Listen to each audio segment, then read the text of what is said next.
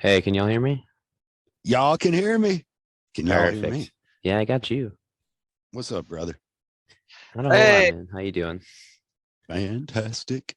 Above ground, still fat and sassy. Who all's here? Jordan. And you got What up, Justin. Jordan? And Hey, Justin. man. Hey, everybody. Welcome to Straight to the Point, completely off topic with your host, me, Kyle Dunbar. And today we have our most famous guest ever. Okay. Honestly, I have been on a habit of saying that recently. And most of these people I've had on have had a legitimate claim to be able to say that. However, I'm saying that preemptively here. Okay. Because what I envision for your band, yes, is to go on to be Metalocalypse, Death Clock level of stardom, monopoly of minds, and political will. Okay. And so let's just that. So I'm just saying that preemptively. Most famous guest we've had on yet. And this is Jordan Jarvis. Yeah. And you've brought with you Justin from your band as well. Justin, what do you do in the band? I play guitar. Okay. And Jordan, you are a fucking drummer. Yeah. Okay. And by fucking drummer, I mean there are these groups of people who they live drums, and you'll know them because when you're hanging out with them, you hate it kind of a little. So you're at you can speak to this, I'm sure, Justin. You're at the KFC. You're sitting down, you're getting yourself a bowl full of, fattening serotonin and tryptophan goodness with a little bit of chicken inside. And as you're eating that, Jordan's over there. Tap. Hey, I need two knives with my meal, please. Why would you have two knives? Because I forgot my drumsticks and I need to annoy everybody at the table somehow. Yep. 100%. That's the guy. I say that in the most loving way too. I hope to say, because honestly, the heart of music is rhythm, and that is in percussion. And the first music we ever made was percussive. I wasn't there, but I can imagine. So I also say that, and thank you for annoying us throughout our lunches, because you have also given us, as drummers, some of the greatest, music and the greatest enjoyment in life that is music, that allows us to have a soundtrack. Am I preambling enough? That is way too much preamble. Let's get into this, Jordan. Every fucking weekend, every weekday. Okay. A little bit of peace in the neighborhood. No. Mm-mm. Nope. Constantly, always practicing.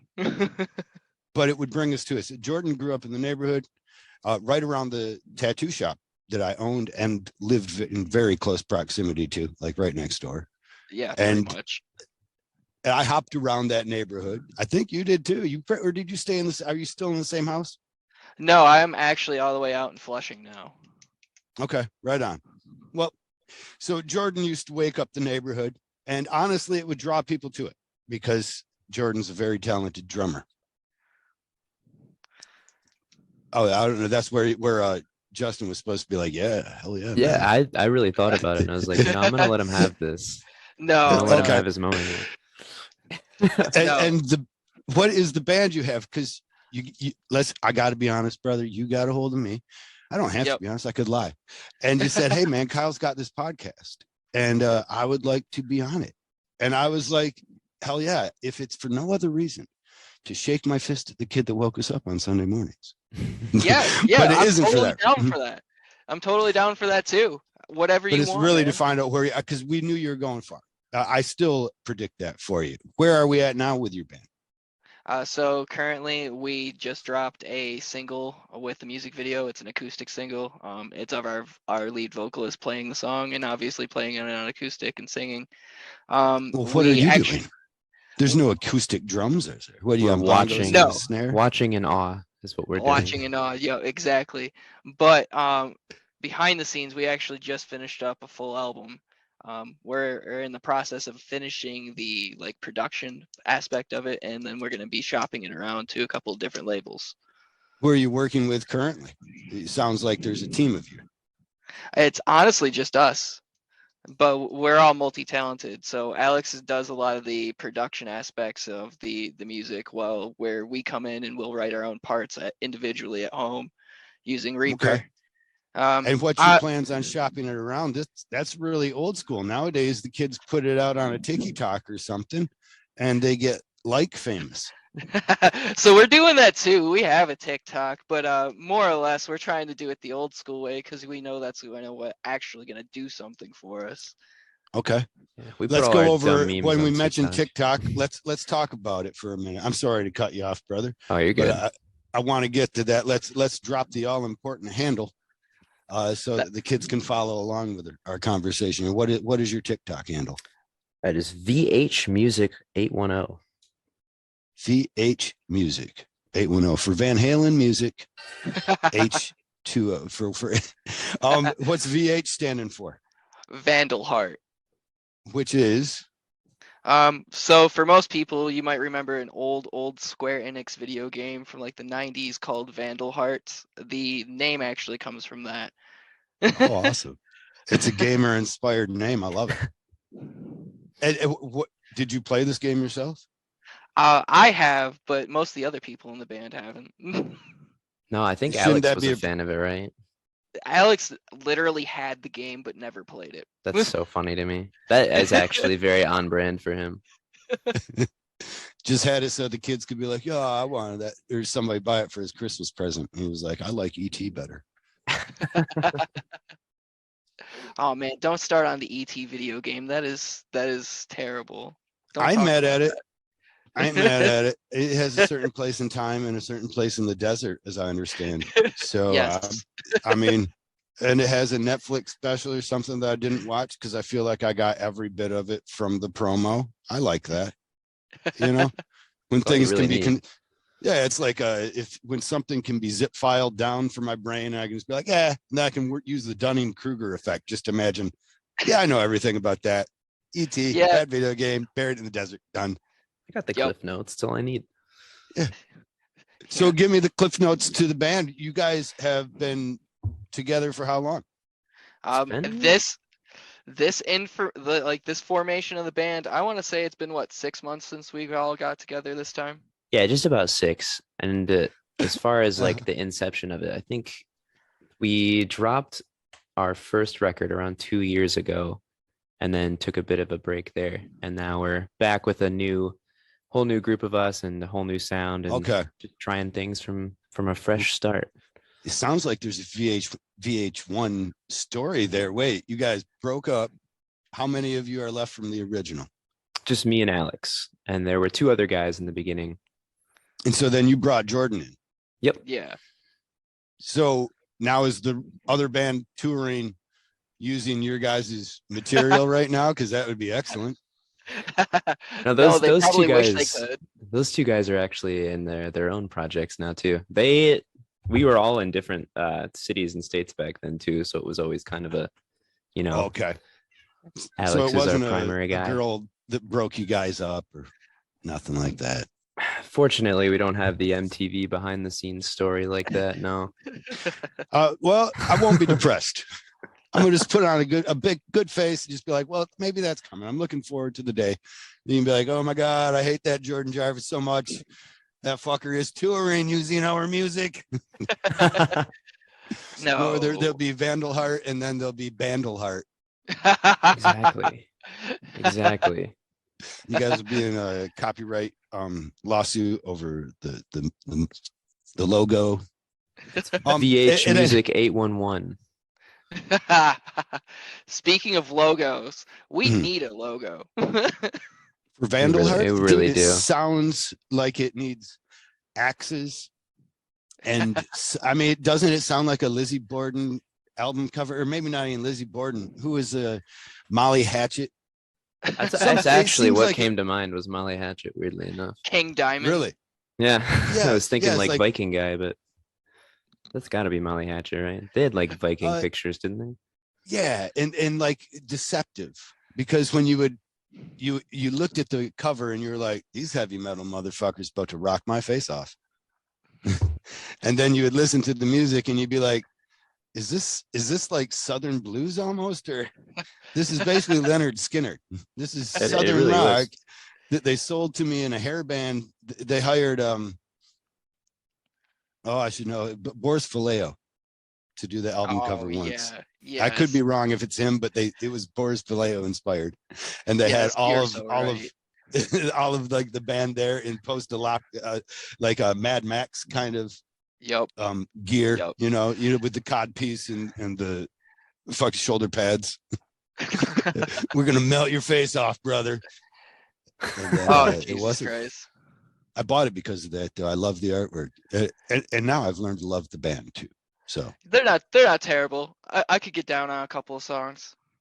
pretty much, am I wrong in thinking that they became Leonard Skinner, like the singer for Molly Hatchet ended up being the singer for Leonard Skinner or some shit? No. I actually don't Uh, know that. I honestly, I think it's more along the lines of one of the family members from Leonard Skinner is related to somebody else in Molly Hatchet or something along down the line. Oh, okay. Kind of like That 38 tracks. Special. Right on. And to the kids listening at home, Molly Hatchet is a band. I don't know. Funny story about Molly Hatchet that is just Mhm. kind of a segue here, but it's funny we bring that up. That was one of the first songs I ever heard was because Molly Hatchet was the intro to the PS1 game NASCAR 98. Really? Yeah, I was Yes. 4 years old when I played that game. NASCAR 98. So that NASCAR means 98.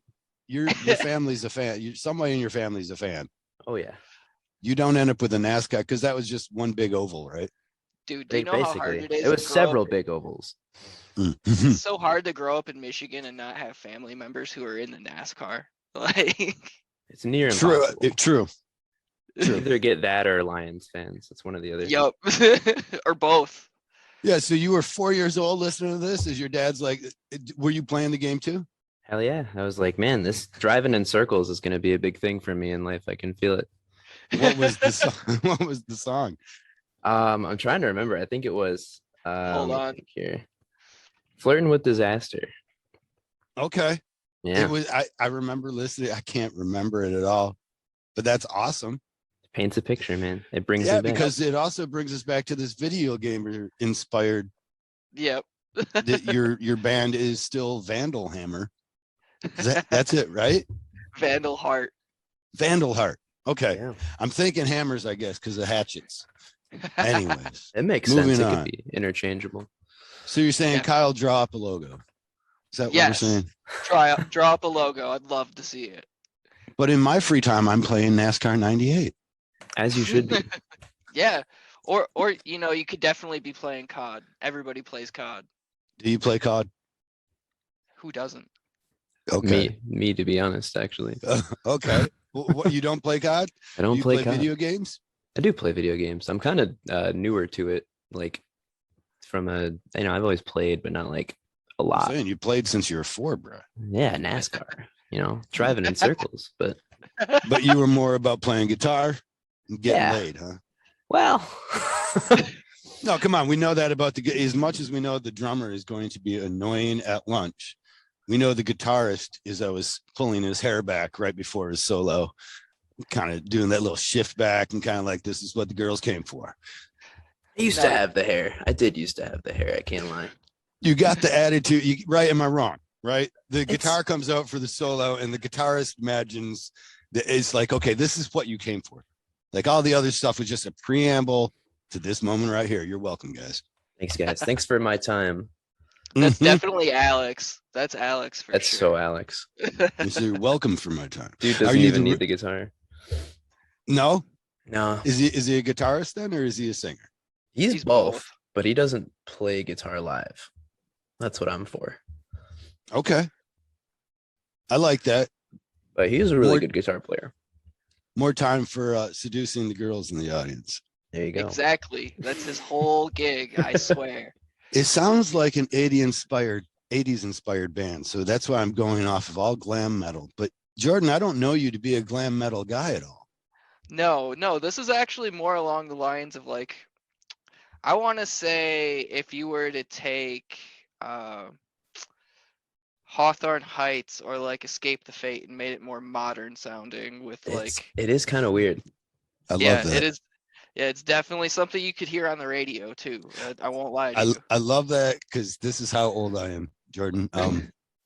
When you say it's like you take two bands you've never heard of, Kyle, Heard of. and then you put them in the future several years. You take two And bands, you know, Kyle, from what you would imagine is the future, and then you put them. It's funny because they were around when I was showing you music. Oh, okay. I'm sorry. I'm very in my own music. I'm that old guy that like just settled on. For me, it would be there was an old guy in our neighborhood that was like, I got stereo. Who cares about quadraphonic sound? Okay, I'm good with my 8-track.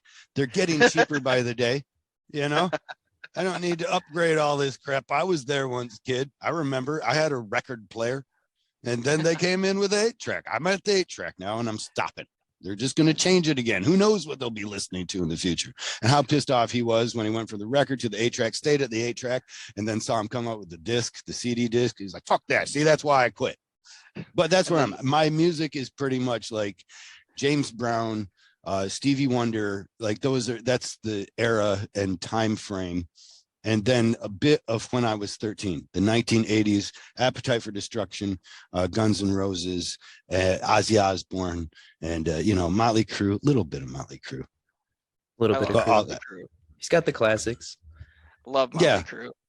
Now, and I don't, that's everything after that. Like, I guess that's classic music or ultra classic, maybe even now. No. We're right back to records already. That's the funny thing. Records are cool again. Yep, they sure are. Like vinyl. Yeah. Yes. Crackling, popping. Yep. I spent $65 on a vinyl last year. What'd you get? Are you kidding me? You're not kidding me. I am not kidding you. It was a limited edition. There's only 500 of them on the planet. Like, who was it? It's a band called Viljarda from Sweden. They are really fucking trippy. Like, this is what I always remember about Jordan. You would always mention bands. No idea or reference of them. So that's awesome that you have this breadth of musical knowledge. This is from Norway, this band? Sweden. They are really trippy. Like, take polyrhythms and odd tunings and then bend the crap out of anything that's high. It's a lot. It's a lot. It's a lot. It's Tool if they were actually doing the drugs they talked about. Jordan, not Jordan, I'm sorry, Justin, tell me what's your opinion of this. You say it's a lot, so I feel it, it definitely is technical. It's stuff that I didn't think I would ever see people doing with guitars. It's not something I ever thought I would even try, but it's a lot. Are you guys incorporating it? I would like to in the future, but that's gonna take some time. Yeah, that would probably that'd be a hard ask for Alex. You gotta probably set the me. audience up. Right? You gotta set the audience up too for it. Yeah, exactly. It was kind of a hard ask to get blast beats into songs. So. But he did it. He did do it though. And what is a blast beat? So when you hear a kick drum and a snare drum and probably like a cymbal all hitting repetitively super fast at the same time. Sounds like a machine gun. Yep. Okay. It's cool. Unlike double bass, which I always thought sounded like a machine gun. It usually is double bass. Take double bass and put every other part of the kit on it also at the same time. Yep. So a drummer's orgasm is what pretty it much. is. He did it specifically for Jordan, you can tell. Right on. This moment's for Jordan, and you just let him do his solo. How are you guys touring right now? Not at the moment. We're honestly focusing on just finishing up the album. Have you toured prior as the last incarnation of? We did a little bit of stuff around the Midwest, but nothing outside of that. The last incarnation was, I want to say, not too long. All of us got really busy and just parted ways after a while, but the few shows that we played. Yeah, Alex was a rapper for a bit. Still is, I think, right? I think so. I'm not sure. Alex was doing rap. I was doing like alternative rock stuff. Other guys started their own stuff out in Chicago. Yeah, it was a little bit of Michigan shows though here and there. Our first one was a pretty decent turnout at the Loving Touch out in Detroit. It was super cool. The massage parlor? Maybe. I didn't see that part of the venue. Yeah, with a loving touch. I feel like I've gotten a happy ending there. I hope it's the right one. Different They might place. not be licensed for that, yeah. Well, yeah. I think it was all backroom type stuff. There was no cameras. They assured me. You sure that wasn't an alleyway? Yeah, I don't know, man. Who knows? I might have been on them Sweden drugs that you guys are listening to, or that Tool's singing about doing. Yeah, I never knew Tool was singing about drugs. Yeah, I gotta yeah. be honest. It's hard A to lot tell of- sometimes. A lot of the stuff that they're talking about is like the Fibonacci sequence and how DMT is like the spiritual opening to your brain and things like that. It's super out Prying there. open my third eye. You know, Yep, nerd exactly. I thought that was about anal sex for the longest time. stuff. It's all about your perception, man. Yeah, I was like, this guy's into it, man. Starts out with the song Prison Sex, and then he goes straight into this one, man. He's prying open his third eye, all right. It's been locked down too much. Yeah. There's What a other turn. ways to make cigarettes, brother. That's Oh true. You my don't have God. to. You don't have to. At any rate, all right. I'm sorry. But Tell me yeah. about where we've been as a band now in this 6 months, and then we'll get into where we're going there. Yeah, we've Oh. had a lot of internal changes. I mean, we've completely switched up how we write music now. There's just a lot of sonic differences and everything. I've been begging Alex to do more like shoegaze inspired stuff forever, and we're finally getting there, and I'm really happy with the direction we're going in. But even then, even after we've written, you know, however many songs, we're like, all right, this is the album. We still every day come up with more and more songs. We're like, all right, this is going on the album instead of that. And it's like, now we've got a collection of music that we still have unreleased from the past incarnation that we're thinking about dropping here and there. And then we have a whole new sound with this whole new album. And then there's all these extra singles that keep coming out. And It's, can it all go together, or is it something that needs to be separated almost for different audiences too? If you asked me, I Mhm. would personally separate it. I like my little neat little boxes of this feels like this and this feels like this. But I think people would accept it all as one piece. A lot You of the don't put older the corn music, in with the mashed potatoes. yeah, Yeah. sometimes, but you know, it's just a like this is a lot more technical and like R&B driven, and then the new stuff's like really noise focused and just kind of like fuzzed out, reverb soaked stuff. Justin's Right. like Peter Steele. He doesn't like his food to touch. Is that something Peter about Steele Peter didn't Steele that like I never that knew either. about? I didn't know that. Yeah, he actually had fucking military style plates so that his food would not touch. Like So- cafeteria rises Yep. in it. Yep, Nice. exactly. Nice. Learn something new every day, I guess. This is not you though, or this is you? I mean, you know, I don't love. Oh my wait. food He to was touch. saying Alex was this guy. Is Alex that guy? No, Justin's that guy. Yeah, I'm Justin is. definitely that. Okay. Yeah, and you separate. I try The to. peas stay over here, the corn's here, the mashed taters there. I think Turkey enough main of it. course. Enough of it is like, you know, it's obviously still us, so I think that could still work. But we've changed a lot even back then with the first album, and then the stuff we were gonna put out, and then the stuff we have now. It's all very like evolutions of itself, if that makes any sense. I think it Explain it. does. I was wondering, I'm even traveling down this thought course because I'm wondering you need a Bob Rock or something in there. Are you guys going to end up with soup with too many opinions and you kind of need a leader, or you got your Captain America picked out? And if Think so, it- who is it? Alex is definitely our guy. He comes Yeah, to for us with all sure. these ideas, and me and Jordan just add what we think works or say, that's perfect. Let's not touch that. Right on. He can Well, get I'm a glad that little we got butthurt him here sometimes. to tell us us too. about his process. What is Alex's butthurt? process like? You really want to know what Alex's process is like? Yeah. Let's Oh my god. Let's So- get straight to the point. Do He'll you sit- know? Mhm. Yes, he'll sit in the room with his guitar for like 45 minutes and just noodle until he finds a noodle he likes, and then he'll record it a million times and expand on it. You'll sit there and go, "Why are you doing this? It sounds the same." He says, "No, it can sound better." And it just It Okay. repeats does, and it and does. repeats. So you And guys the are obviously very proud of this process, as well. Because right? Am I wrong? You No, it's usually, great. It works. if It's yeah, amazing. if you Alex, didn't like it, you would be real quick to talk smack on it, right? yeah, for sure. Exactly. Especially the guy ain't here. You could say whatever. Oh wait, he might hear it. You might. No. He's at his daughter's dance recital right now. Yeah, that's why Are I'm you here guys today. that old? How old are you now, Jordan? I am 27 now. Oh my God, yes. What I guess I should have led with is, am I that old? But because I don't know, for some reason I wouldn't put you on 27 because that would make me at least like 48.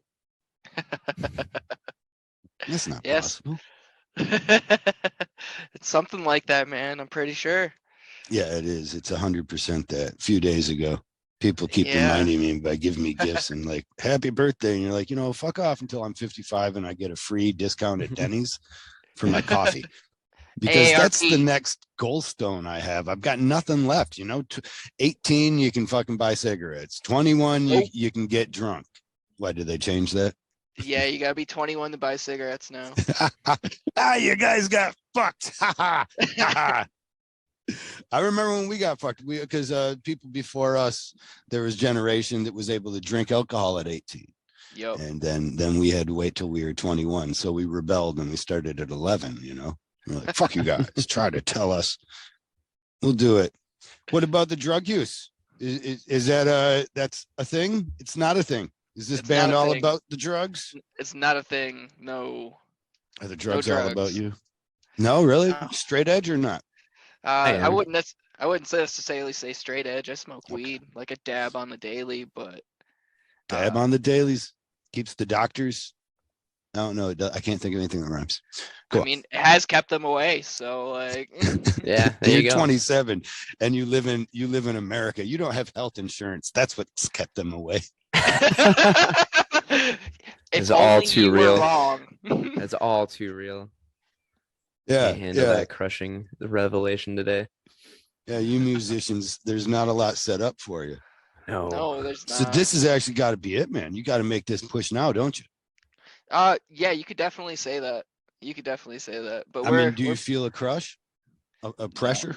No, not really. Okay. Not really. I think that's why a lot of us stepped away a couple of years ago. Is it was just like there's a lot of pressure. Let's kind of like reevaluate how we feel about it. And now it's like, hey, we're just doing this because we like it. For That love. feels good. Yep, it's all about I think having that's fun. where the passion. That's where the world beats its way to your door when they see that you're having a good time. Yeah. Yep, exactly. Plus, we're all a little bit more business minded now. That's true. Definitely some more experiences under the belt helps us out with that. And when we do see this touring, is that even the road that musicians take nowadays? I mean, with the platforms like TikTok and Instagram and these things and MySpace, like the platforms like MySpace, you guys could really get out there without it. Yeah, well, no, we still plan on touring. That's a big staple of it. Like, to be honest, when you go on tour, you're not necessarily going on tour to like,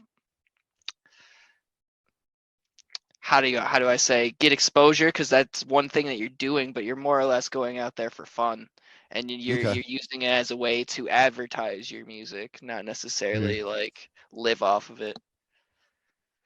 Are you also drawing making experiences to draw on for your own artistic growth in the future, I guess, huh? Yeah, pretty much. That's the goal, Yeah. Yep. I just like to do it because it's fun. Yeah, exactly. I love playing drums. Traveling, playing shows. I love performing. That's why I do all this stuff. It's just like, that's fun for me. Yep, exactly. So the ultimate goal almost is touring. Yeah, I would say so. Yeah, for sure. What about family? Sure. How's your wives and girlfriends feel about all this? Historically, it Yeah, can be Jordan, how do they feel? a tough place to keep a relationship the road. Um, I will say she's been super, super, super supportive, and I thank her for that. But I don't know if she's really mentally prepared for it yet. Right. All the pussy you're gonna have to turn down. You're gonna have to carry a 10-foot stick. Be like, these are Oh. my protocols for COVID.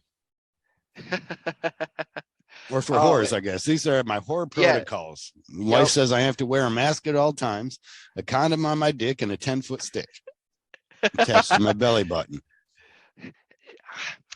I'm a good boy. I wouldn't do anything like that, but like she's super attached. So me being gone all the time, I don't think she's ready. She's not ready. When I know that my wife and I travel everywhere together.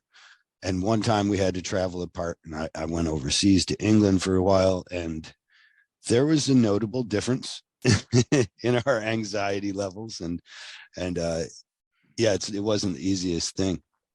No, That really is the hardest part, is just the separation. I think luckily now, in the more like modern touring age, quote unquote, there is a lot more, I guess, ease, because you have more ways to be in contact more often. Right. Tour necessarily doesn't always last like several months at a time like it used to. Like we could be gone for like a week or two, up to a month, but it's a lot of time, but it's not a whole year Not gone. 6 months on the road, 3-month segments or anything like that, huh? Yeah, no world tours yet. Not yet, at least.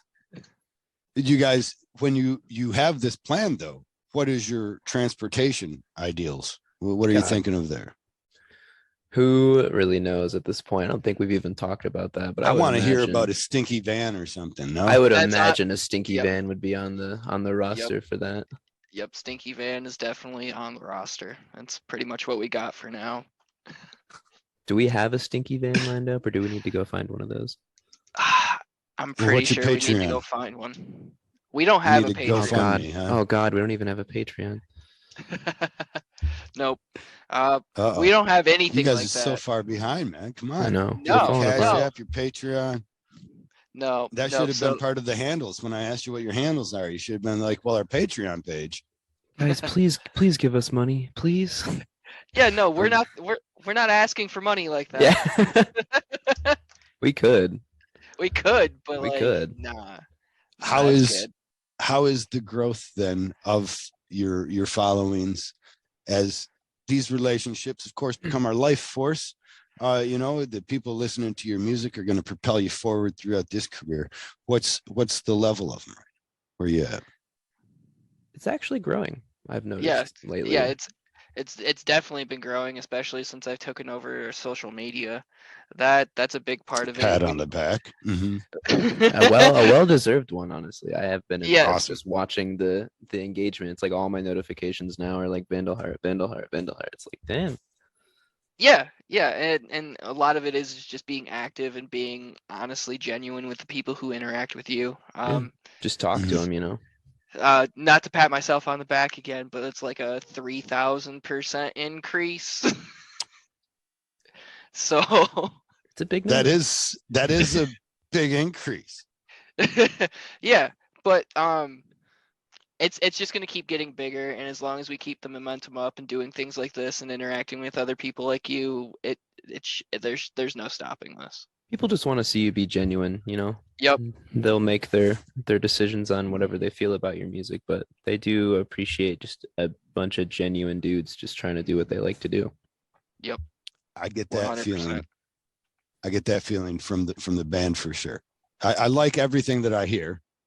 I should probably listen to the band.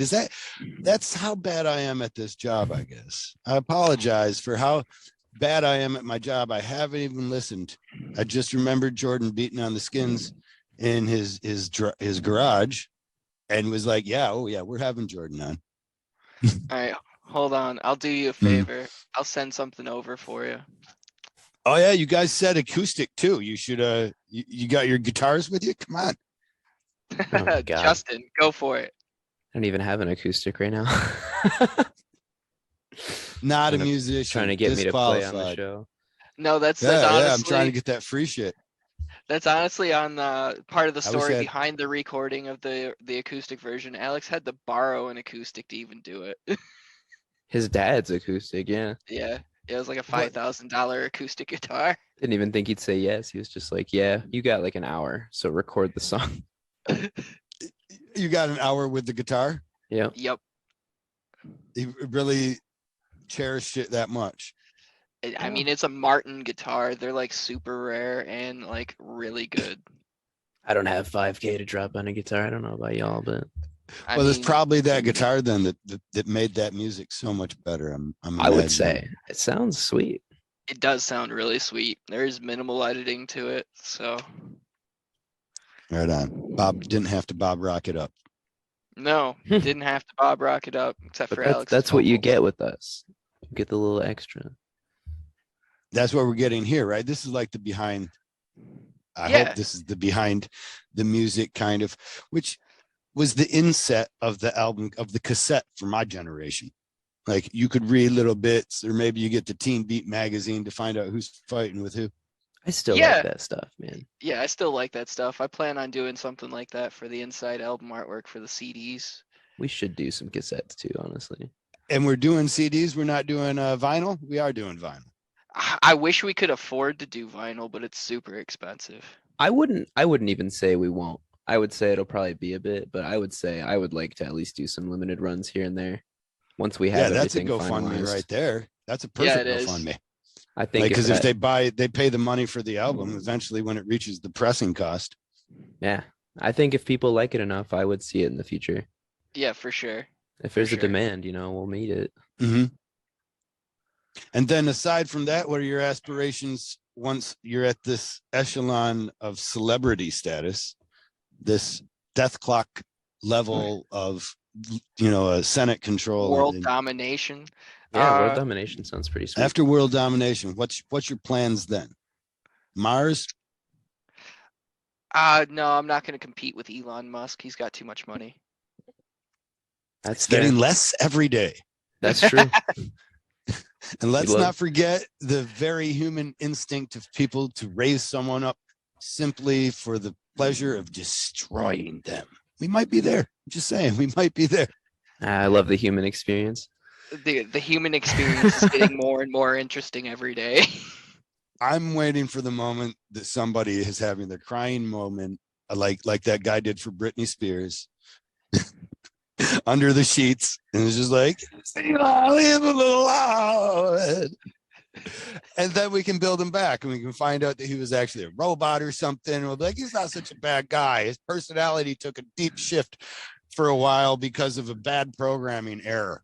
Just going through some stuff. That's all, Yeah, like his stock is, I don't know, is it time to buy? It looks like completely. I guess I shouldn't be getting my stock advice necessarily from musicians, should I? Definitely should not. No, What are you for guys' sure. side hustles? Because you're not doing it with music right now. So we packing groceries in bags. What are we doing? I have a very boring 9 to 5 office job. Aspirational. Mm-hmm. Your fallback. Pretty I would say, yeah. It pays the bills, same. Only I get to work from home. I also, but I Oh, like right this on. office job. My office is my table here, but I actually have a Part of the legitimate gig office. economy. Is that what this is? yeah, I'm Not calling even. you guys from the office right now. Yeah. No, the government phones, that's what I do. I fill out the applications for people so like the elderly can get their government phone or like a discount off their internet bill and things like that. Oh, awesome. I mean, honestly, it is, because old people have a hard time with technology. And am I wrong? Like that's what you No. facilitate. Yeah, like- it's what I do all day. Hey, I don't know how to fill this out. All right, I'll walk you through it.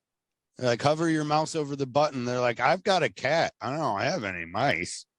Yep, exactly. Or they'll try to argue with you because they thought they knew something, but that's like they just dialed the wrong number in general.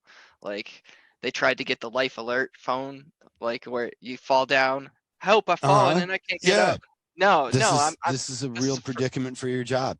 yeah, like no, I'm trying to give you a phone. I'm not trying to Well, I you know. wanted the life alert. I don't need a Right. phone. Exactly. I've had the same flip phone since Motorola came out with the Nextel. Oh Why my would god. why would I switch now? This thing's got a walkie-talkie built in. It's so funny that you say that because somebody actually mentioned that yesterday. With Nextels. Yes. I remember Yes. it was the big thing. You could save on the money. You were going to cut the phone guy right out. You're just like, we'll all have these walkie-talkies chirping each other. God, I forgot Then about Nextel. Boost Mobile took it. Mm-hmm. Well, now we're just going over our age, aren't we? Listen to this. You guys are getting to be that same age now. Soon you'll be Yeah. shaking your fist at the kids in the alleyway. Dude. Leave my garbage dude. alone. My stepdaughter, I swear, makes me feel older and older every day. What I'm not is even that old. what is her go-to for that? Anime, music, social media, anything that she can to like try to relate to me just makes me feel old because I'm like, wow, I was your age when that came out. Well, you get I What get this is all the going time. on? My son will show me. I'll see him laughing hysterically at something. I'm like, oh, let me see, and he'll show me a TikTok, and And you won't get it. not at all. So far from it. I'm Yep. just like, I can't even begin to see how this is funny. Funny. Help me Yep. understand the roles. Is this guy playing more than one role? Okay, and I have to read the text. Where are my glasses? Why is it right in the front of everything? And part of it's partially hidden by the top scroll. Do these people not think this thing through? Where's the production value? God damn it. Yeah. Yep. I 100% agree. I have that feeling all the time. Do you watch Idiocracy and feel like this is just the next logical step to where, Mike Judge predicted we're going? I honestly have at times, yes. Yes. It's like It's a little we're too going to be real. feeding the crops Gatorade, ain't we? It's what plants crave. It's what plants crave. Good answer. Fuck yeah, it is. I feel like we're going there. We're going to see, when I watch my son's TikTok, I do worry for the future. I'm like, we're the future of the box office hit, the smash My Ass, which is just like a guy's butt and he scratches it. It's 3 hours long and people are like lining up around the block to see it. Like, this is Scratch My Ass 3. I already saw my first Lord. 2. I wasn't that impressed with the sequel, but I'm figuring that with the trilogy, they're really going to pull it out, right? Oh my Lord. Yeah, I movie don't 2 was just filler. Movie 2 is just, yeah, I didn't like the direction. The lighting It's was all funny. it's all the setup for the Um, third one, you know. I feel it, but I guess I have to imagine that maybe, right? My grandmother hated Elvis Presley. Yeah, Like, yeah. I can see that. I already so, know where this is going. like, is this just Us maybe getting it's old? yeah, maybe it's not them being dumber. Maybe it's actually me. Is it possible that it's actually I'm the one getting dumber? Am I the one out of touch? No, it's the kids. Mm-hmm. It has It's to got to be. be the kids. Yeah. Nope. Nah, Can't that, be. that, All that right. is a pattern. Every Speaking of, generation. what is your demographic yourself for your listeners and your audience? You will be honestly surprised. It is 60% male. No way. Yeah. No, that actually tracks. That's actually not so. It's guitar You're music, right. you know. Yeah, Yep, and it's yep, it's not yep. pop either. And 60% is a pretty fair ratio, to be honest. And I think- then Yeah, that's not bad the- either. the That's age- actually surprising. the most popular age range is honestly pretty interesting to me too. That's what 25 to 35. So it's not Okay. even young kids. We have 0% for ages 18 to 24. It's all Right. What dudes those who like guitar kids? music. Yeah, those kids are just being sold like sheep to the pop music, grinder. Anyways, you ain't got to worry about. Like when they wake up into knowing what music is, it sounds like a good demographic to me. Honestly, I feel like one, they've got jobs. That's true. Yeah, it's Right. true. Yep. They can buy your music and show up to your shows. Also true. They're also still at the age that they're tech savvy or platform savvy. Yeah, they still believe in the old ways. Yeah, and you're just not going to get like people like myself, my age. We're happy to stop, listening to new stuff. We're just like, let the world move on. So don't even bother trying to change anything for us. I feel like you're in the perfect spot. I honestly hope I never get to that point where I don't want to listen to new music. Really? It's Yeah. so simple. So nice. No, I'm just kidding. I still catch some of it. It's just I don't care anymore about who's doing it. It took me. I hope this doesn't sound too funny. I've heard several Taylor Swift songs. I haven't hated them. I'm just saying I've heard several of them in any and I never knew that they were all from the same person. Like she does a good job, I'm saying, of writing songs. They're poppy and they'd stick in your fucking head like candy or something like that in your teeth, Oh yeah. Like, and you're just like, it's kind of annoying actually how much. And then someone like told me they were Taylor Swift songs. And I'm like having this moment of like that she did all those. Holy crap. She's got the back Yeah. catalog. Yeah, she does have a pretty big catalog, starting off with little country music. Is that now? Are we gonna age like that with our music? We gonna soften it up in the future? Are we gonna harden it up? No, it's What we definitely doing? gonna get heavier. That's my Maybe. opinion. Maybe. That's where I would like to go. We've always got a little bit of pop on us. That's all Alex, Yeah. but we have it. We Yeah, got well, our. Is it important to have something's got to be popular, or why do it? Right? Yeah. I Right, think it's exactly. important. You gotta have something to get an audience interested in you before you blow their faces away with something like really heavy. Yeah, you Before gotta you have melt their the faces? hook and then the blast beats. Exactly. How old is the band? Shit, I don't even know. They did Viper Strike. Who the hell is? Human? No, Highly Suspect. How old is that band? Are Oh, they God. old now? I think so. That's like an Okay. old punk band, right? I Or is don't know that that. That's the like last band ska or that something? that's my idea of the newest music I found as of recent, and it's probably at least 15 years old. Yeah, you are absolutely correct. It's about 15 years old. That's not too bad, right? At least I tried. Yeah, Well, I you look did forward to listening to Vandalheart, and as I draw up an awesome fucking logo. Yeah. And I look forward to donating to your Patreon by the same, huh? Okay. gonna have to Okay. get that set up, huh? Yep. We'll have to talk to Alex. Yeah. Was he your tech guy? No, he's just the guy that pretty much how do you say runs the head of the business. Okay. He's the guy upstairs, you know? Yeah, everything goes through him pretty much. Did he approve this right here then, this interview? Oh yeah, he was supposed to be here with us. Oh, Yeah. great job, Alex. Yep. And you're putting this guy in charge, huh? They Yeah. were like, you know, No Like, call, no show, Alex. It was literally like 5 minutes before we were supposed to go on. Alex is like, "Whoa, wait! I thought it was on the 19th." I'm like, "No, it's today." It's you like, thought he's like, Justin, can you jump in 5 minutes? And I'm like, yeah. Sure. Awesome. I don't hate it a bit. I was curious why, because we've referenced Alex several times. There's one other member though as well. You say, is it a 4-piece or? It will be. I think we're It will be. still looking for our guy, Checking the studios. seeing who fits the vibe, if you will. And what are you looking for? A bass player, a secondary Yeah. drummer, A keyboardist? bass player. Okay, Yeah, we need some guy playing the bass. It's not me for once. right on. Bass players are always very unique members. Like I always feel, and I could be wrong, maybe it's changing. I always feel like there are almost bigoted roles, stereotypical roles in my head for each member of the band. The guitarist and the singer both think everybody showed up for them.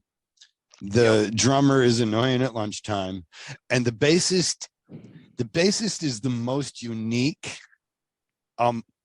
oftentimes underspoken, but sometimes and great. Like he's different.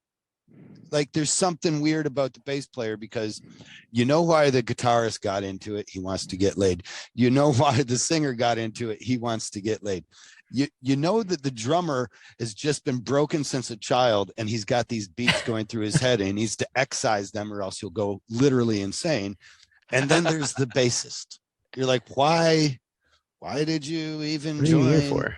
Yeah, like what made you be like, no, the bass, that's my instrument. 4 strings, that's where I'm at, man. As a guy who had to take up that role in another band, yeah, you're spot on, man. I don't know why I did it, but it's fun. I always do you pictured- find Mhm. I always pictured bassist as the guy who wanted to play guitar but couldn't. See, that's But an they don't. interesting crossroads, because I do also play the guitar, right? So it's like, yeah, so you it's know? totally possible. Now Just a weird. true bassist, you don't want a true bassist that wants to play guitar, because then he's always hating on the guitarists, right? He's like, and he's like, it could be better. You're not doing this right. Try it like that. Here, give me it. Here, let me show yeah, you. let me see it. And you're like, dude, your fat sausage fingers ain't even made for this thing, man. It's technical. It Okay. takes some finesse, you know. Go back to your 4 strings. You're fretless, so that Go we don't ahead. have to hear your buzzing. Hit that E string again. Just nice One long more boom. open E. Well, yeah, but so the bassist, I feel like, but if he is a wannabe guitarist, that's still a guitarist. A Yeah. true bassist, right? You're just like, I can't figure him out. He's the weirdest one of the band.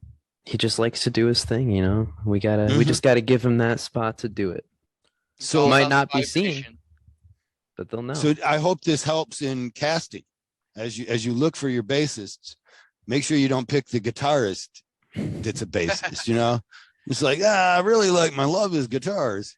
It's like, You oh, know? that's too bad, man, because we got too many of those. Yeah, we already got enough guys in the band that want to get like. Now, Alex and Justin, married, girlfriends, future, which because we talk about the worries of traveling, and Jordan was the only one who seemed to be concerned about. Alex is married. I am not. Yep. So I'm just single right now. Justin's the one we're gonna have to worry about on tour. God, no. Yeah, Oh yeah, he likes them goth hot mommies. Jesus. heavy makeup, smeared Avril Lavigne style. What do we do? Yeah, you know, why not? Why not? Fuck it. Why not? That's a type. Well, we might as well put it out there. Yeah, you're going to be on the road, right? And until some of these hot goth moms snatch you up, there at this point, there are 2 mothers, by the way. Goth is no longer new, is it? Is there anybody that's still doing goth? I thought it was just Actually, leftovers from South Park. yeah, that has resurfaced. Yeah, it's not the same as it was, but it's there Okay. again. Right Got a on. lot. So you might get a young goth girl then, not a goth mom, but No, it's got to be the mom, though. I don't know. He's in the MILFs. That's what it is. you want a woman that understands you're only there for the weekend, and that you're going to be moving. Like, we're just 2 ships in the night, huh? We pass. We have a good time. Maybe I'll call you when I'm in Idaho next. And Idaho, God, imagine. Dude, Where I have don't your even- travels taken you, kids? Texas. Yeah, Florida. honestly. Florida, Texas, Tennessee, Alabama, Ohio sometimes. Unfortunately, Sometimes. Why, unfortunately? Kentucky, Tennessee, You because there's know, nothing in Ohio. I will say, I think Ohio gets a little too much hate. I think that should be reserved for Indiana. Oh, okay. But I mean, I feel like there's parts of Ohio that are Indiana, and yet there's parts true. of Ohio that are also Kentucky, where you're That's like, this also is true. just northern Kentucky. This isn't. That, or yeah, is it I northern did. Tennessee? No, I did have that realization lately. I went to, I think it was Dayton a couple of years ago on a whim, and I was like, this is just the South. Like, I'm one state away from Michigan, and this is just the South. There's similarities for sure, isn't It's there? just weird. So yeah, well, I thought maybe we were starting the Michigan hate or the Ohio hate because of your favorite football team or something. Your college. No. God bless. I like cheesesteak Alex, though. maybe. Oh Well, yeah, that's that- definitely Alex. Alex would probably join Alex that. is the sports guy. He's the guy who chose to be always disappointed by being a Lions fan. Whoa, that is all changing, brother. It is actually. No, I'm proud for him. You're happy for his moment? He gets to look forward to something now. Yeah, we're all excited for you Lions fans. And you know what? Even where I was in the Poconos recently, at a tattoo convention there, and it was at a casino, and so there's a lot of intermingling, you know, like just with the straights, the norms of the world, if you will.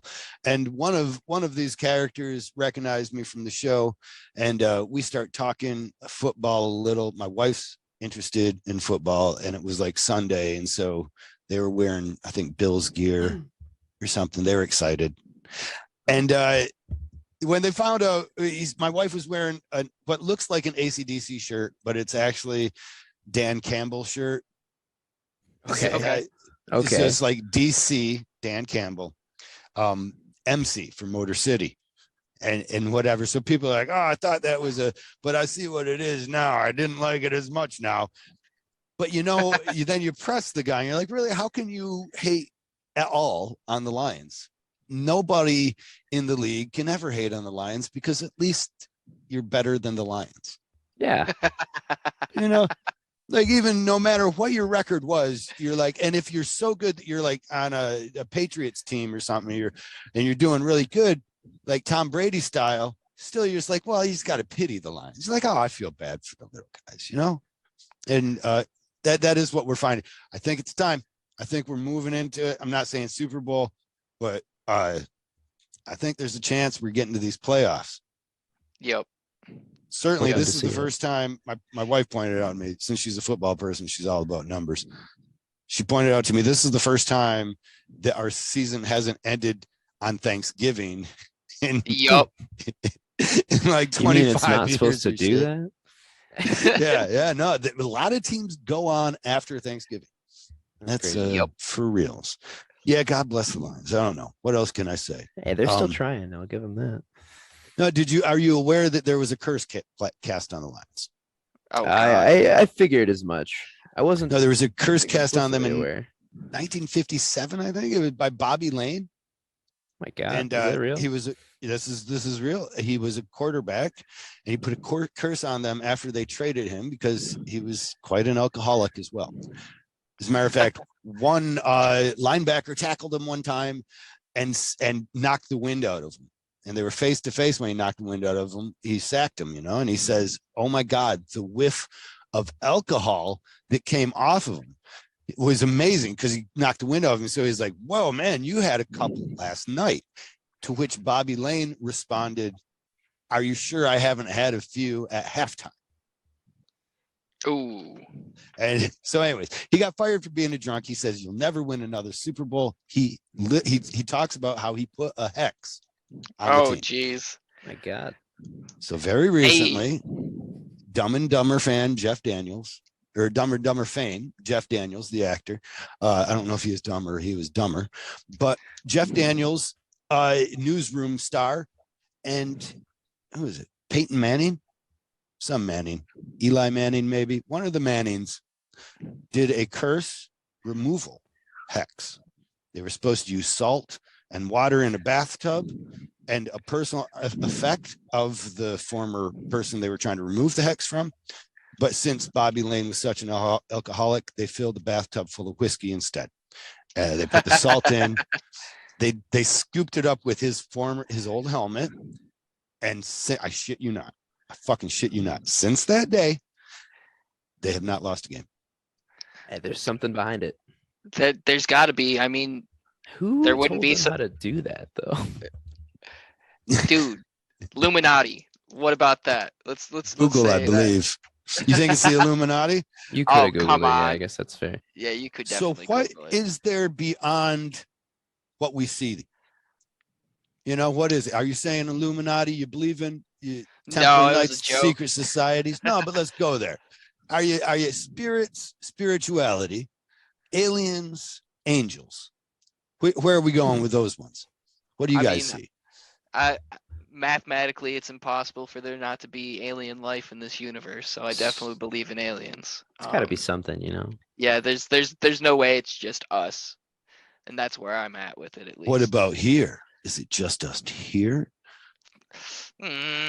I mean, possibly, but I doubt it again at the same time. You ever watched Unsolved Mysteries on Netflix? Yeah. There Bro, is, that show's been around way before Netflix. but dude, there's one on Muskegon that's like 30 Huh? minutes away from me. There was like, I think it was 94. 94, there was like 300 people that claimed to have seen UFOs in Muskegon. And that Wow. that one Swamp episode gas? was enough to make me like, oh my God, maybe there's something to that. What But about Ancient Aliens? Oh my God. Oh man, yeah, that show is great. I can't remember the guy's name, but I've been watching Ancient Aliens since I was like a little kid. And like as the years have gone on, his hair just gets more and more wild and out off of his head. It's insane. Yeah. Yeah. It's almost like he recognizes the things he's saying are so silly and preposterous that he better have a hairstyle to match. Yeah, exactly. He's like, I've been saying this long enough, man. They're going to lose me and go on to some other nerd if I don't fucking bring the Guy Fieri this thing up. he has to be I'm able to gonna take claim he these was playing a motherfuckers. character. Was it? Yeah. Hey, I'm going to take these motherfuckers from Ancient Aliens to fucking Flavor Town. Here we go. I think I know who you're talking about. I can't watch the show so much anymore because there's just too many questions for me. I would watch Yeah. that. If Guy Fieri did Aliens on TV, I would watch that every day. Cooking with aliens. How about that? That'd be good. Well, it depends, I'd I watch guess, it. what the ingredients, right? What the master chef chooses for their Call it like Flavor Planet. octopus. And they're like, we can't eat our own. Octopus Oh my are God. aliens. That's my claim. That's even why I delve into Cthulhu, the huh? spirituality. When man, they're fucking weird. Them fucking them octopi. I don't eat them anymore. I used to like octopus, and I watched that my octopus teacher, and like, Oh, no, yeah. them things is pretty smart, man. Yeah, little too they have smart. feelings. They It's a little definitely bit have too smart. feelings and can think for sure. Yeah, they just want to be left alone. I get that. I hate people too. Yup. People suck. And back to people and spirituality, or I guess where are we still there? What about the religions? We gonna claim one? What we going with here? You Mormons? I wouldn't claim any religion. Yeah, I think I'm on board with that. I'm not like anti for sure. I No, want everyone to have their own thing, you know. Yep, I definitely see the good that having a spiritual religion, something that you can live by or look up to or feel is above you, is a good thing, but just not me. Sometimes the dogma of those religions can get in the way from the good thing that it is. Is that what I'm hearing? Exactly. Yep. Well, beautiful. Because I want to indoctrinate you. That is that the wrong word? Maybe that is. Because I've got my own religion. You see, I've started, and it's actually Christianity. I guess it's not my own religion. I'm a Christian who chooses not currently to believe in the deity of Christ. Yeah. Okay. I mean, that works. Yeah. So my church is the Church of Jesus Christ with faith to follow. Because of course, if we follow the teachings of the Lord, especially the ones we like, that's what I notice most Christians do. They follow the ones they like. And when you get into some kind of scripture off and you begin to realize that they've never read the damn book, Oh my God. they come to the moment when they're all like, well, actually, I believe. And you're like, oh, dude, tell me about your Satanistic belief. If it's not for us, it's against us. I don't know if you're familiar, but this book that you read, never mind. Tell me about how you believe. And so I've decided that even as a Christian, we can obviously make up our own beliefs. Yep. So I have like the choice to 500 walk with sects Christ. for a reason. Yes. And I choose not, and I'm going to invite you guys to it if you want to be a Christian, because you recognize, first off, being a Christian has a lot of benefits. Legislative power, right? True. Even just conversational power, right? Somebody tells you, well, I'm a Christian, so I believe, and you can be like, I'm a Christian too. Now, you're like, whoa, wait a second. You don't look like a Christian. You're like, yeah, I got a special church. Okay. You wouldn't I get get it. it. Yeah, your church believes in all kinds of stuff, and that's cool for you, but you also rape children. So let's keep that in mind. My church, zero raping of children. It's the most important part, really. Honestly, about a religion, if you're going to pick one, It's about 85% of the things you should be looking for. in my religion, the Church of Jesus Christ with faith to follow, zero raping of children has occurred nor is permitted.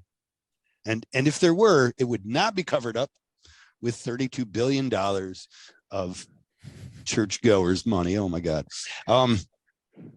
Yes, I feel like there's a story behind this.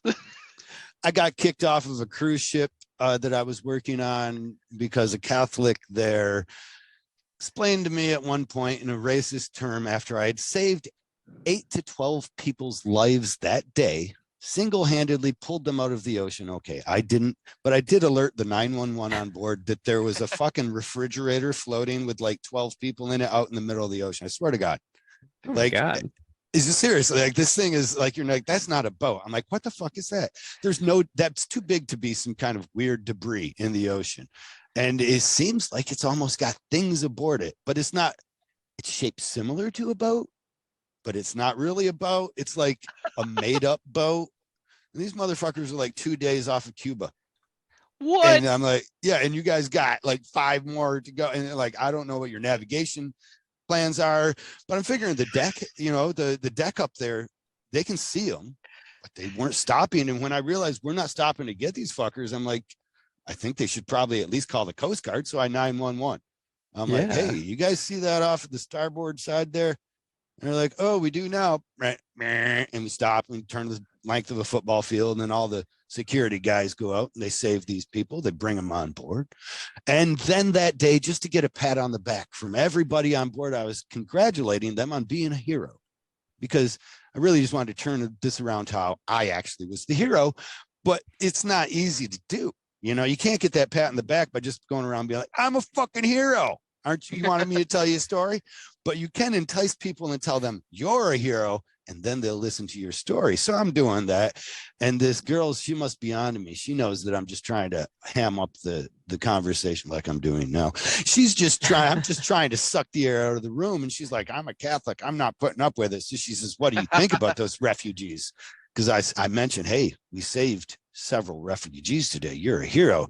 Well, what do you think about those refugees? And I'm realizing, refugee is not just the people we saved today. They are also a political term now. Oh, and Jesus. One way you feel about refugees, then it's become a political, like you can forgo your love of humanity depending on your political persuasion and the use of certain terms, illegals, refugees, these kinds of things, right? So she says, what do you think about these people? And I'm like, well, I hope they get what they're looking for. I'm really just trying to get patted on the back, hon. Let me talk about me again. And she's like, no, I mean the ones on the army base. I'm like, man, we've been at sea for 2 weeks. I've been working this fucking cruise and I'm not paying attention to news back home. She's like, yeah, one of them on an army base may have raped a soldier. And I'm like, well, that's probably the first time a soldier's been raped on an army base too. So that's probably pretty. And you see, I'm just being sarcastic and shitty right away. And I'm just trying to get out of her. I'm like, you're not going to let me win this one. Just go. I'm done with you, human. And I leave. But she comes back to the shop later that night. She's been drinking. And so had I. And so in this, at one point, she mentions that she's a Catholic. And as I'm still just trying to get out of this, I'm like trying to dodge, with jacket on, jacket off, fucking, Karate Kid style. Just trying to dodge these things. I'm like, jacket on, jacket off.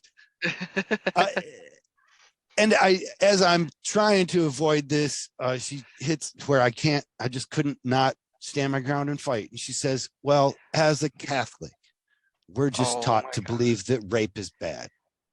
And I was like, ding, ding, ding, ding, ding. I heard the round go off and I'm like, I'm in the ring. It's just me and her stupid thought she just had. And so I was like, as a Catholic, didn't you spend $32 billion to cover up pedophile rape inside of your church? And it was on. It was on, and it brought her to tears at one point. I'm not talking about that rape, and I'm like, whoa, rape is rape. Kid rape's suddenly okay. What? Still bad, actually. Still bad, yeah. And so it brings her to tears at some point. She's able to work up some kind of so that she can win the argument. Now I'm an asshole, and so as a man, I've noted that sometimes. And I'm not saying they're the same. I don't want to say that before I get canceled. But if I'm in an argument with a significant other, a female, right, and I punch her in the face or gut, I'm not saying that's good. Just saying what ifs. Okay, so in a what if you punch a girl in the face or gut during an argument, you win. I'm not saying this from experience. I'm just saying she says this story exists throughout time. It's not like, no, the fight goes on and she, finds her footing and she punches you back. No, you are generally overpowering her, so you win. Now, in a conversation or an argument between the same two people, if a girl starts to cry, the same effect. She wins. It's like, you just won. Like, what do you even do? You know what I mean? There's a similarity between those two offenses. And in this case, she started to take the waterworks path. And I'm like, that's like a gut punch. Like, now I should have stopped arguing, but I didn't. The next day, she went to the management and tried to get me fired. And the manager came to me, and he's not supposed to. I love this guy. He's awesome. And he told me, Kyle, they're trying to get you fired. This girl is trying to get you fired. And I said, that fucking cunt. And now I said it too loud, I guess, because that wasn't what got me fired. But the people that heard me say that inside of the shopping area didn't like the word cunt. Cunt is a special word. I love it.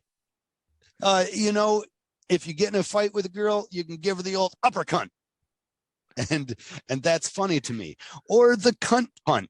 And that makes me laugh too. And again, I realize these are two topics that probably I shouldn't talk about liking after also imagining a scenario where I punch women to win arguments. I get that. Cancel me now. Whatever. I'm just saying. These are all hypotheticals, okay? If you see my wife with a black eye, she just ran into the door. Calm down. It happens a lot when dinner isn't ready. She'll be okay. Yeah, she always is. And after a little bit of counseling, I'm sure to change. No, man, God, Kyle, you're such a terrible human being. I'm only saying that's the story. I got kicked off for saying cunt. And I still think that's a word that we really need to use more.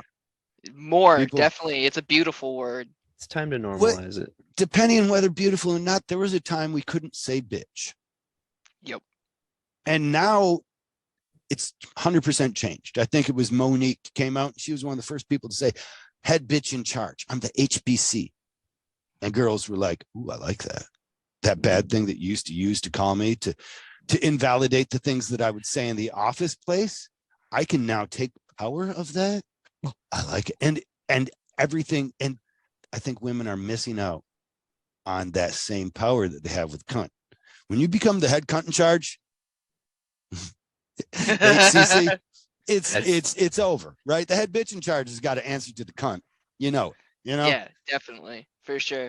And then there's places like Australia that just use the word like it's just a regular ass word all the day. Every day. Yeah, like your doctor's like, after he gives birth to your son or something, that little cunt came out hard. He was kicking, yeah, exactly.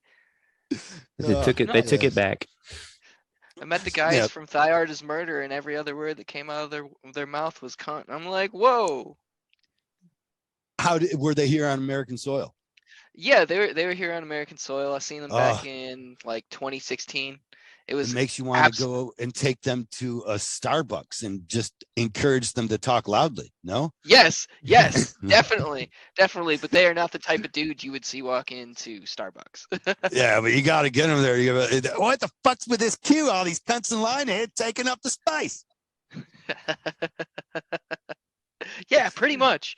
It was great. They did talk about not being able to get their hands on weed a little bit in their home country. I'm like, seriously? With all that land, you can't grow it yourself? Yeah, and all that sunshine. Wow. It's Yeah. Maybe they were just outlawed. amazed by our weed here in Michigan.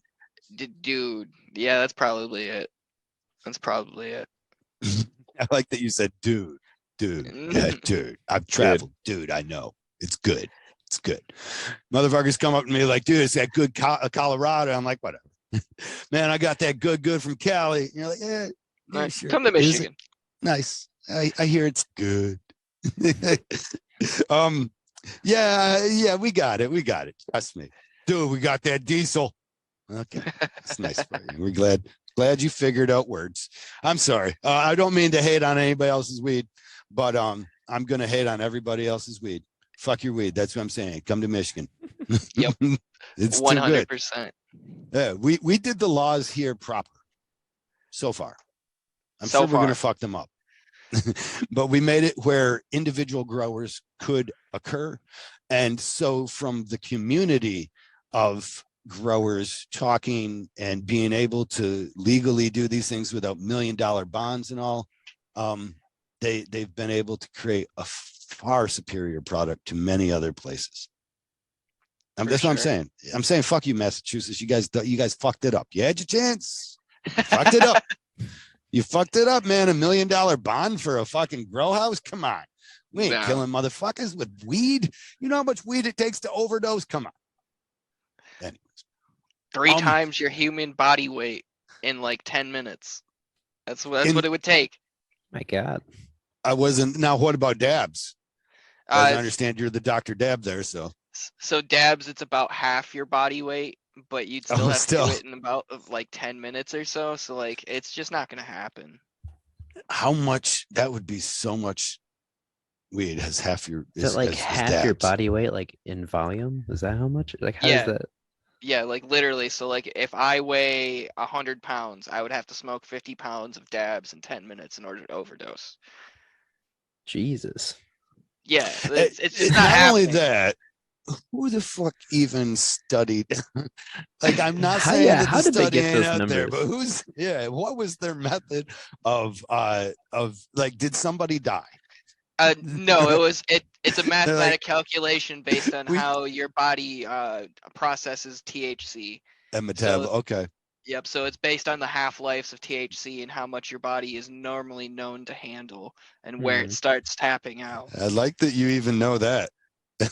I was reaching for the arbitrary, like, yeah, we can't know that shit. Come on, how do we? Yep. I was hoping that somewhere there was a case study where they're like, I don't know, man. Some of you might make it, some of you might not. You're gonna be really happy when you go. All right, now you got 10 minutes to smoke all this. We got a big flamethrower, a gas mask. Just strap it to your face. We're gonna light this pipe the size of the fucking Super Bowl, and we're gonna go. That'd be a good way to go. I won't lie. Potheads. That's what we've done. We've created potheads. Whole generation of potheads working out of home, doing the gig economy and creating awesome, beautiful art for us. Yeah. That's what the weed does. It just makes the art just flow out of our brains, I guess. I've known that, Jordan, you've been an artist of this sort, honestly, for a long time. I don't mean of a weed sort that just flows it, but you've been creating art for a long time. Are there other arts that you're involved in? So I actually do a little bit of the digital art mock-up for our band. You won't ever see any of my stuff as final products, but most of the stuff that you will see is either from ideas that we've thrown together that I used and then sent to other people to basically make look better, because I'm not exactly the best digital artist, but you got I get the the job composition done. for it. Right, exactly. I see. I'm more of the digital guy in general. I do coding and things like that too. So like when we is that get not to boring? That sounds no, I so boring. love coding. I love coding. Is that because you create a new world? You feel powerful with your abilities? What? No, coding's just basic math, honestly, and I like doing math. But another thing that adds to it is the whole video games thing. When we drop a couple of singles off of the new album, when that time comes, they will also come with digital downloads for the songs in Rock Band. and Clone Hero. So the Which I kids done at home can myself. play them. Yeah, they can actually play them in Rock Band or Clone Hero on their computer. You coded Or these yourself. yeah, Awesome. Now, can they have Rock Band apps now? Am I yeah, wrong? yep, Would it be yep. coded for that same app? Yep, exactly. Clone Hero would be one of the main supporting apps, along with Phase Shift. And if you have the know-how, this is going to be more for the the nerdy adults. You can play it on legit PlayStation 3 hardware with actual Rock Band 3. Oh wow, fun. But I mean, are people still playing Rock Band? Yes, it is actually completely just re-emerged in the last couple of years due to Clone Hero. So there's no way to actually get your hands on legit controllers anymore. They're no longer produced, but people have went as far as figuring out how to make their own with like Raspberry Pis and keyboard switches. So What like, about if so does that make my Rock Band guitar somewhere in my garage worth more money now? you would honestly be surprised. Last month I spent like $128 on a controller. I think I just threw away. I'm pretty sure it finally made it to the point where who even plays this anymore?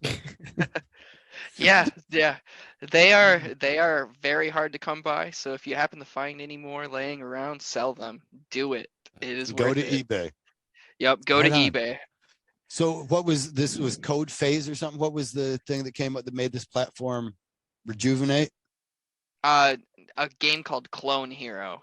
Clone You can Hero. actually, yep, you can YouTube it. So what is it you're able now for all these bands that might have not ever had the chance to have a song on Guitar Hero? I'm guessing this was a way that was to code their songs into a playable game. Pretty much. So Clone Hero started off as like just a basic way to play Guitar Hero without having to buy the game. Like it was an open source version. So what that allowed was for custom songs to be produced, and then it progressed.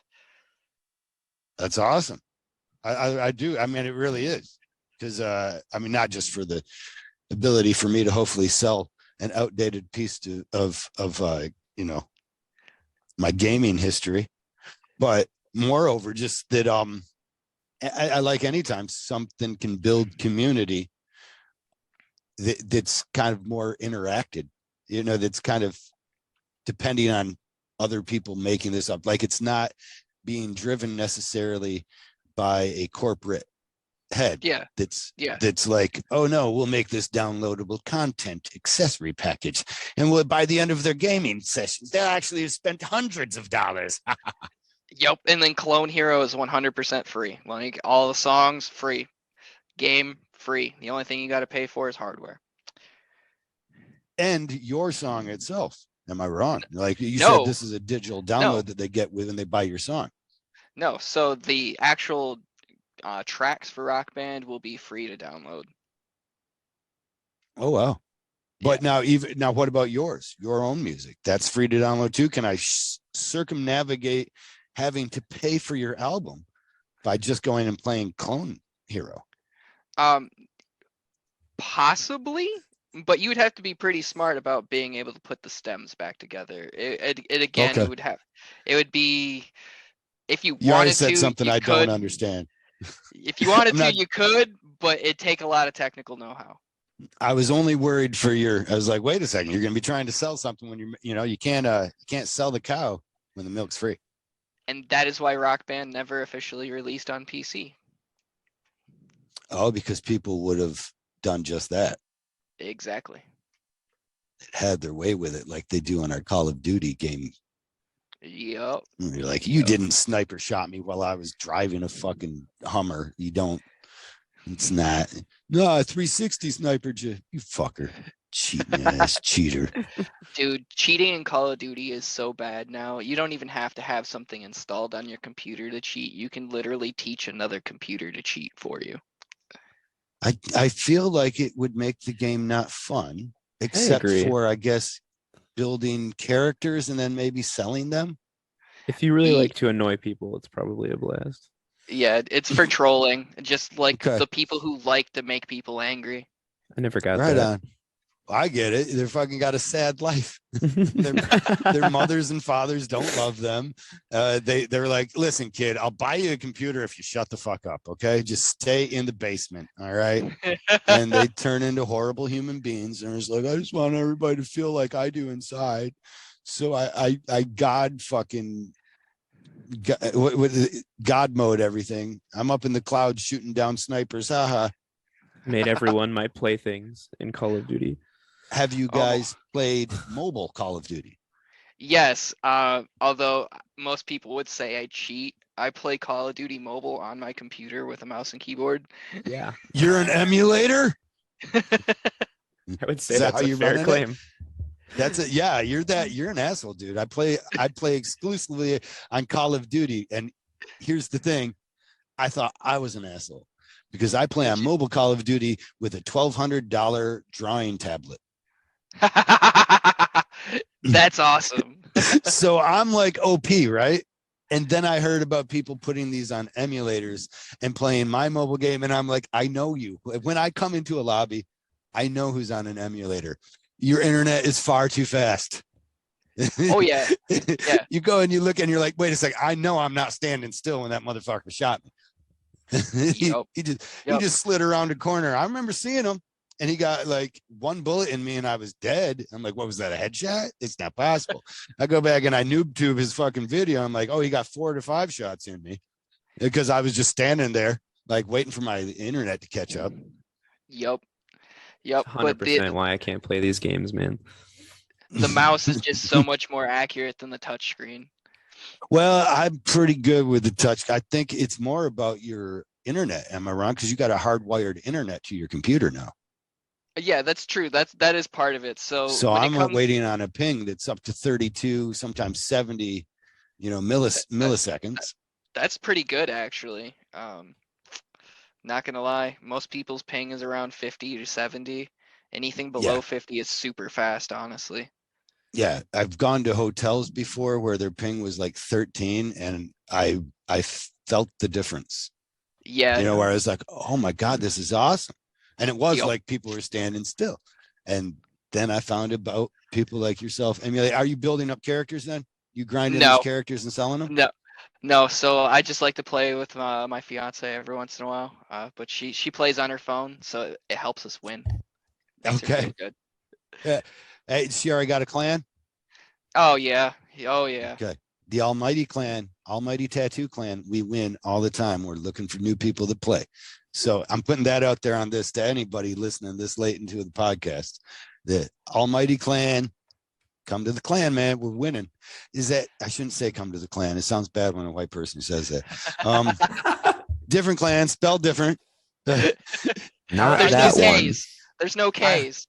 I hope that we're getting to a point where the clan, the Ku Klux Klan can be so outdated and silly to people's that they're like they'd never even consider that. But I don't know. Some of them not already. Hopefully there will be a day. We gotta be getting there though, right? Like we have to be. Well, I think you guys probably didn't even spark off in your heads when I was saying clan that is. No, it definitely did. It definitely. Okay, never mind then. So I was like, well, maybe we're getting there. Each generation less and less, Right on. Those silly, foolish clan members, change your sheets, you motherfuckers. Get a viewpoint that isn't through holes in a sheet. It doesn't make. You're not going to see the whole world that way. I'm just saying, you're obstructing your vision some. If you want blinders, put them on, but it ain't no good. I should move this thing along because we kind of wrap up the end of these episodes sometimes. My wife would like me to wrap up these episodes, and I all the time and routinely forget to with Ask Kyle question, because I guess we've had a hashtag for several years now, some 13 or something. And she says you should wrap it up with a hashtag. We've built this hashtag, Ask Kyle. So have your ask me a question. Would you guys have anything you would ask me? Oh yeah, I have a couple of questions actually. What was it like being on Ink Master from like behind the scenes? Like not all of the everything that you would imagine. Not all the sleepover actual work. with Dave Navarro, man. We footy pajamas.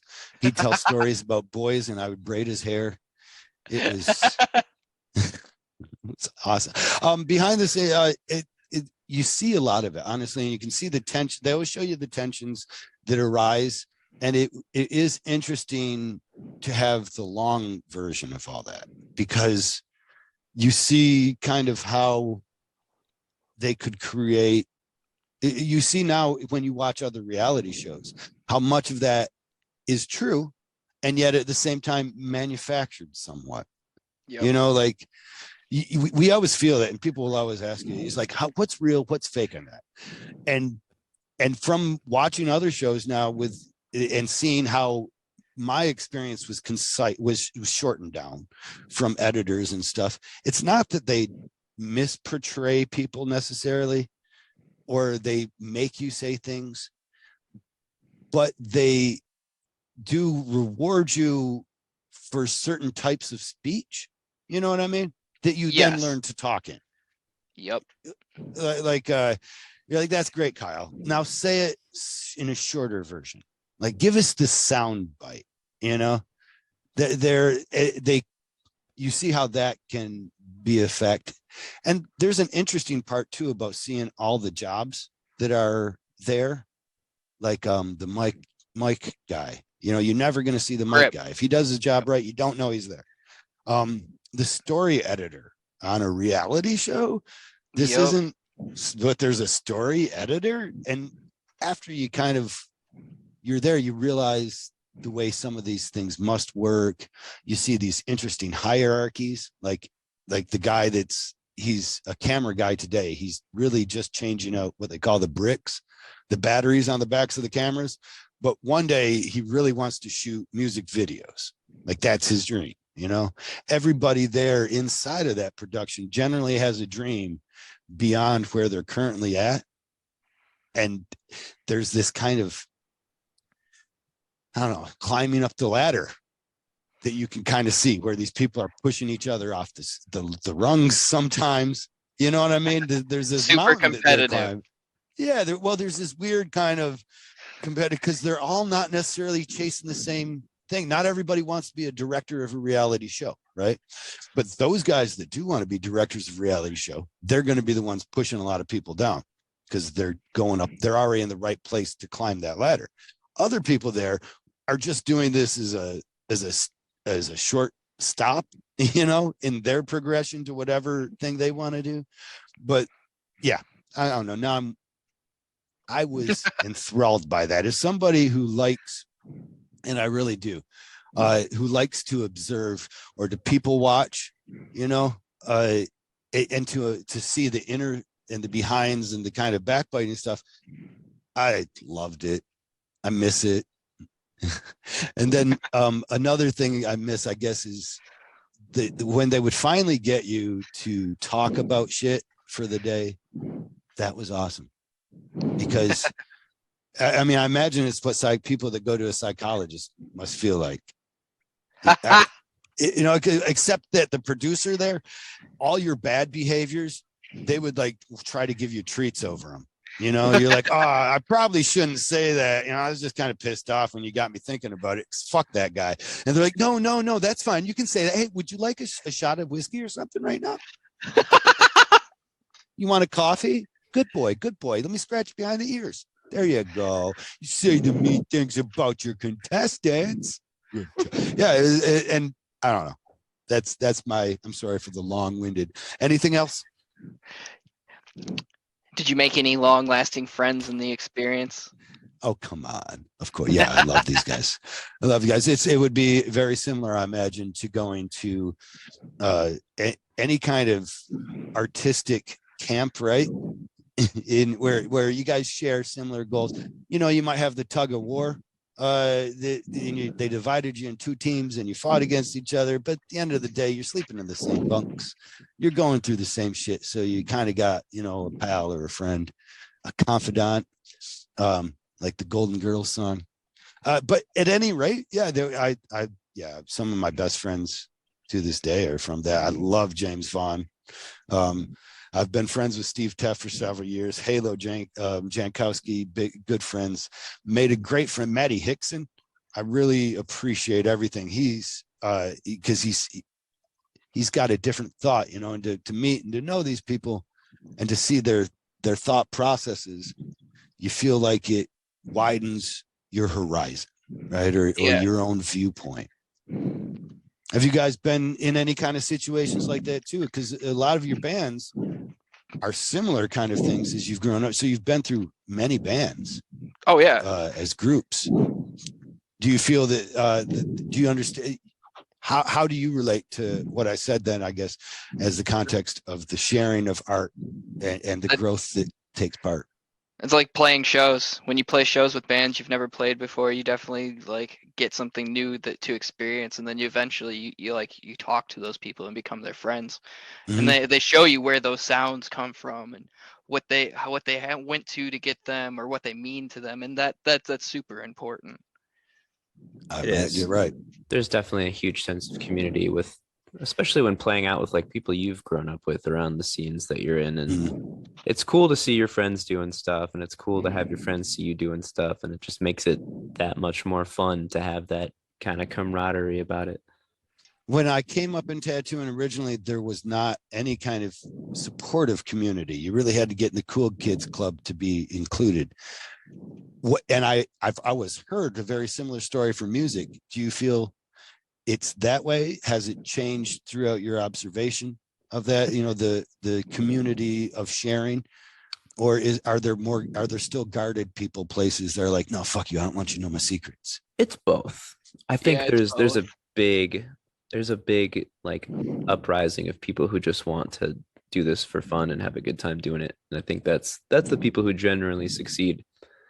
People can tell if your product's not genuine. Like if you're not doing it because you like to do it and you think, oh, this is just my ticket to success. People can see through that most of the time. I think Nobody a lot of listens those to Creed guys anymore. A lot of those guys are just afraid that, hey man, they're gonna see through me and my thing's not gonna work out. So I have to be guarded about it. I have to like not let other people do it because I have to be the one to do it. I think that kind of sucks. Right. But because it's not really something that's unique. It's something that could be replicated easy. Yeah, and that's what they're afraid of. That's why you got the gatekeeper dudes who are like, yeah, I don't really want to be friends with anybody. I just want to make my paycheck and go home. It's like, well, we're not really gonna support that either if you're not here for us too. We don't. Right. What do you want to be here for? That's like when you're playing shows and nobody stays for your set. Like, what was the point of being here? Yeah, it's like I'm watching you. We're nobody watching from the other bands. Yeah. Yeah. Right. Like, right. All right, this is a learning moment, so you should take advantage of it. Yeah, you should take advantage. Be there for the people who are playing with you. Play with them. Just be respectful. And I feel like that's something in Sideshow that is oft. Like when people just split after the show, instead of introducing the next show or seeing if there's any help that anybody needs. It's kind of looked down on, like, oh, you're just here for yourself. Okay, right on. Never mind. Fuck us all. Exactly. Yep. Exactly. I think it's important to really hold on to that sense of community, because that's who's going to help you build yourself up to bigger audiences and more experiences. Well, have you seen these gatekeepers that you reference? Have you seen any of them succeed or go on to successions, or do you? You feel they're found out and they okay. Sometimes the people start off not like that, and then fame gets to them. Like some kind of success really can change a person when it's like, oh well, I'm this like big guy now, why do I need to keep supporting people? Franz. Who? Franz. Yeah, is that a person that we know, or is that a I don't really know. Oh yeah, the Attila guy, right? Yeah, the Attila guy. Yeah. He started off super supportive, had like this whole thing where he's teaching people how to be like super entrepreneurial, like, and get like famous, and then it became all about money. Like you gotta start paying him like $300 a month to have his phone number, to like give you tips on how you can be a bigger band and stuff. Like what? Just like what you do, get out there and work for it. Yeah, be smart. And that's what the world loves the most. I think we liked That's why we're even, I believe that's why people are currently eating up the behind the scenes that was released from the Beatles. Yeah. Jackson or whatever had all the footage. They made a little collage of, but that's because they're friends, despite whatever rocky relationship they were supposedly on at the time.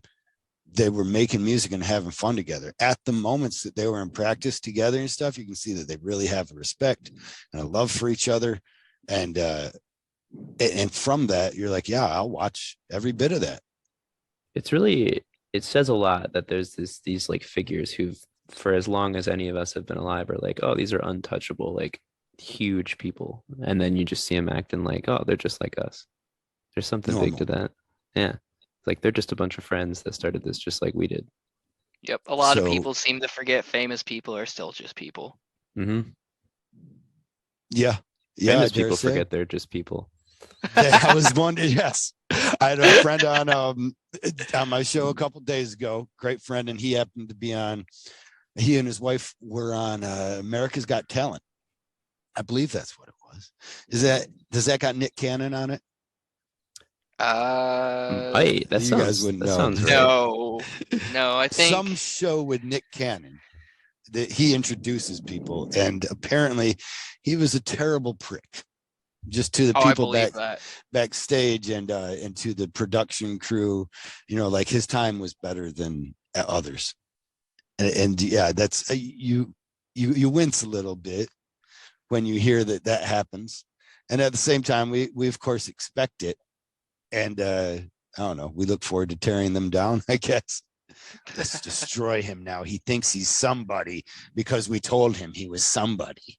That is really part of the human experience, isn't it? Just being like, man, we have to see you fail. Yeah, it's some people are making whole monies off it, like Jake Paul. Yeah. Oh my God. Like people only watch his pay-per-view to watch him get his ass kicked. No one cares about him, how good he can box. They hope that the person fighting against him is better. That's all. Yep. That's it. You're not wrong. When you're arrogant like that, that's what you beget, you know? Yeah. Well, he's found I kind of like the genius in him. I really respect it. My son showed me a YouTube from far back in the day. And I watch, his computer over his shoulder a lot. And I was watching this fucking Jake Paul kid he started to try and follow for a while. And I didn't care for him. He was annoying. He was really not talented. He was very annoying. And then my son was just like, fuck this guy too. He's a real douche. And I was really excited to see him come to that, without me like influence him in any way. And then Jake Paul went on to begin this boxing thing. And I bought in, man. I'm like, now I'm like kind of a fan. I don't like the guy. I don't care what he says necessarily, but I recognize that he was able to harness people's hatred for him into a lucrative career that he has the chance. I don't know what he'll do with it, but to do good. I think he'll continue buying lots of fake Pokemon cards with his money. Now that was his brother that bought the fake Pokemon. Are you sure? I think. I don't know. I don't really pay attention. I got a couple of, I bootlegged a couple of his videos for the fights, and that's about as far as I cared. I was like, oh, he's got a legitimate punch, he can fight. He's a legitimate fighter. Pro fighter, I don't know. No. Well, careful how much we hate him too. I get to say, because we're just going to fuel him. He's got his rocket fuel is made off of people's hatred. So really, I think the best way to fight Jake Paul would be to go in there and give him a hug. Just love him up a lot. Don't do a right hook. Just be like, Jake, I really like you, man. I appreciate everything you're doing. Hey, man, I forgive you. Yeah. Yeah. People trying to tear him down have brought him to the high place that he's at. So let's try to build him up and see if it works differently, It could. I think that would be an interesting effect either way. I think there's a top there of some sort, as many people attempt that nowadays. We do this cancel thing. They call it cancel culture in some groups for sure. And they say it's a group of people who are trying to cancel this or that, right? Well, and you see it in every form, from every political spectrum. if you don't like something, you're like, I'm going to stop that. But I went and watched a movie called The Last Temptation of Christ. Not The Passions of the Christ, but The Last Temptation of Christ, a Martin Scorsese movie starring Willem Dafoe as Jesus Christ. Green Goblin is Jesus Christ. Awesome, right? How does it get better than Green Goblin as the Jesus? No. I love the movie. It's a great movie. And it was Martin Scorsese, but I would have never known that it existed, or even that Martin Scorsese was a director at the age that I was. I would have never known that if it wasn't for all the Catholics pissed off that they had Jesus Christ in there having a relationship with Mary Magdalene. After he died, he came back and he had a relationship. They're like, fuck, this is sacrilege, blah, blah, blah. And they carried such a stink about it that I ended up hearing about it on my local news. And I was like, I'm interested in this now. I have to go see this. So there's this interesting aspect to cancel culture that we keep seeing going over. Like they tried to cancel Joe Rogan. How'd that go? They tried to cancel Johnny Depp. How'd that go? Maybe you guys should really switch it and recognize that your goal is to stop them. So love them, right? Like what? I don't know. It's not working for you. You know, the canceling's not working. So maybe you got to just get on board. Honestly, join the band. It is something to be said. It doesn't really do anything that they want it to do. It's like, okay, you want to cancel somebody. Now what? What comes next? Let's be honest. It did screw Johnny Depp up for a while, though. For a while, yeah. But I mean, the dude's gonna be richer than rich for the rest of his life. He's not gonna feel it. Yeah, he still wakes up every day and he's Johnny Depp. Yeah. Yeah, he wakes up knowing he was in the original Nightmare on Elm Street. Exactly. Going way back. That's one of his first acting gigs. I would say that he wakes up and knows that he was the original driving force behind 21 Jump Street. No? I mean, that one's not as well known, but okay. Yeah, I could see that. Well, it became a movie. They rebooted it. Yeah, they sure did, and he did have a cameo in it. Yeah, and he died. Did his little cameo. They didn't have Richard Grieco in it, did they? Maybe they did. I don't actually. They did. They did. They had Grieco in it too. Yep, they both die. Okay, good. They deserve it. Yeah, it doesn't cancel Depp. So maybe, and there's an interesting thing there. I'm curious, do you have any plans then as your marketing strategy, right, to attempt to get canceled in a high frequency so that you could then actually use all that momentum and energy in the Jake Paul style to be like, oh, it's really getting our name out there? No, I couldn't keep that up. We would have to be like Motley Crue in modern times in order for that to work. Anything in the metal world or rock world that can get you canceled ends up being pretty serious.